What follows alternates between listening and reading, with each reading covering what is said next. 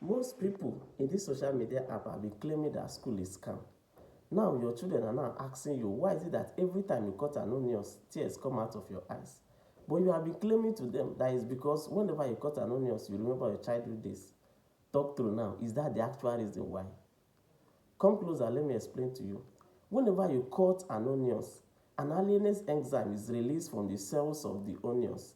This is broken down to amino acid sulfoxide, which in turn yields 1-propene sulfonic acid and gradually forms a lacrimator compound such as propentyl S oxide.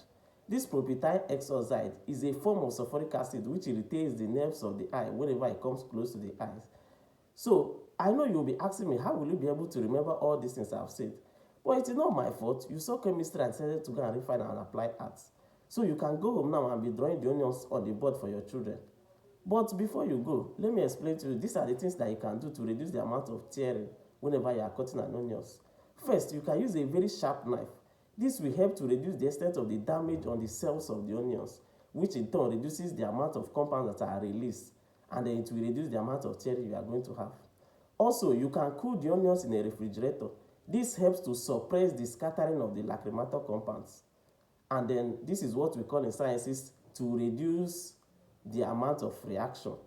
Also, you can soak the onions in water. This will help to dissolve these amino acids. You can cut it into half or into quarter and soak it in water for a few minutes before cutting it. This will help to dissolve the amino acids and in turn reduces the amount of this compound that will cause you to tear during the cutting. Also, you can decide to wear swimming goggles, which will now restrict the amount of this compound that enters into your eye. But you know, when you do that, you also have another story to lie to your children. Finally, you can also use a ventilator or a fan. This will help to blow away these compounds as they are being formed and reducing their contact with your eyes. So now that you have known, can you now go home and tell your children the actual truth and stop lying to them? You have tried.